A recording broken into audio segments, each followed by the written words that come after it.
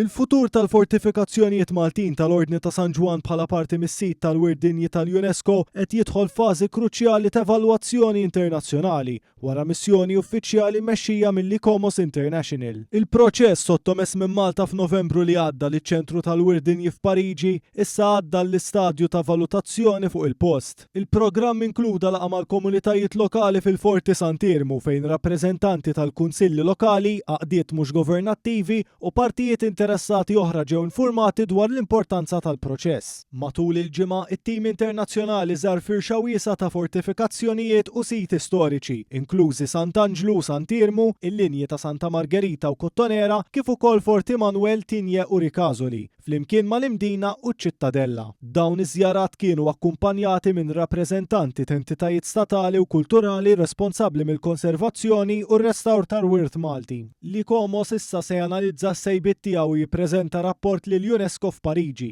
Il-proċess ta' evalwazzjoni huwa mistenni jieħu sa madwar sentejn filwaqt li Malta tibqa' għaddejja bil-ħidma ta' restawr tal-fortifikazzjonijiet bħala parti mill-impenn kontinwu tagħha lejn il-wirt kulturali.